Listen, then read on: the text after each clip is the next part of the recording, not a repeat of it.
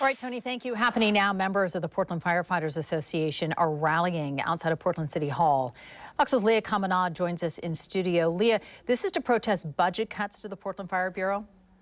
That's right, Kim. They are calling this rally "No Cuts to Fire Trucks." And later this morning, the mayor and city council members will hold a budget committee work session, and the fire chief is set to discuss the proposed budget cuts.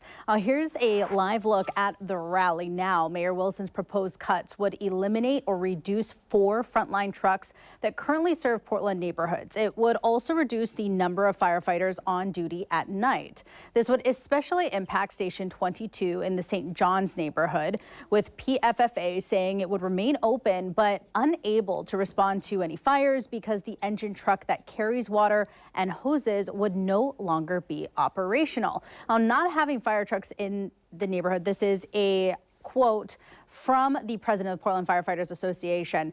Not having fire trucks in neighborhood fire stations to respond to fires should not be acceptable to anyone. Fires grow in size every minute, and these cuts would increase response times and make it less likely for firefighters to save properties and lives. Once again, that is the president of the Portland Firefighters Association. We do have a crew at the rally, and we will bring you updates throughout the morning on what is happening there, as well as what comes out of that meeting between the mayor and city council later this morning. Reporting in studio, Leah Kamanah.